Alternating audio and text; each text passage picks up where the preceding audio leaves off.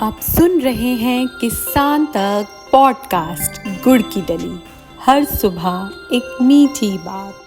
नमस्कार, मैं हूं सनिका और आज की मीठी बात जुड़ी है बिहार से। बिहार का मखाना अब तेजी से वैश्विक स्तर पर सुपर फूड के रूप में पहचान बना रहा है। इसे देखते हुए केंद्र और राज्य सरकार मखाना विकास को लेकर लगातार प्रयास कर रही है।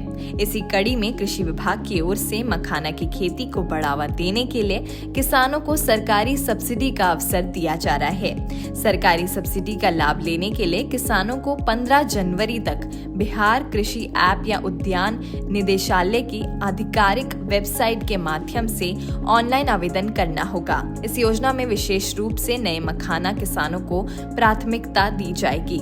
मखाना क्षेत्र विस्तार खेत प्रणाली योजना के तहत वही किसान सब्सिडी के लिए अप्लाई कर सकते हैं जो विभागीय पोर्टल DBT पर रजिस्टर्ड हैं। मखाना की खेती के लिए प्रति हेक्टेयर इकाई लागत 0.97 लाख रुपए तय की गई है।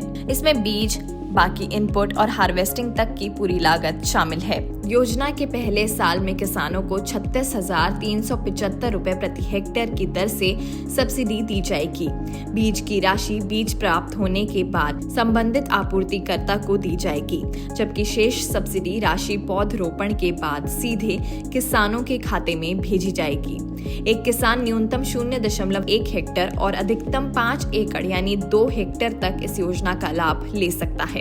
इसके अलावा मखाना बीज उत्पादन योजना के तहत मखाना क्षेत्र में कार्यरत संस्थानों के माध्यम से उन्नत प्रभेद स्वर्ण, वेदही और सबोर मखाना 1 के बीज का उत्पादन कराया जाएगा। मखाना बीज वितरण योजना के अंतर्गत अनुशंसित प्रभेद के बीज पर अधिकतम 225 रुपए प्रति किलोग्राम की दर से अनुदान दिया जाएगा।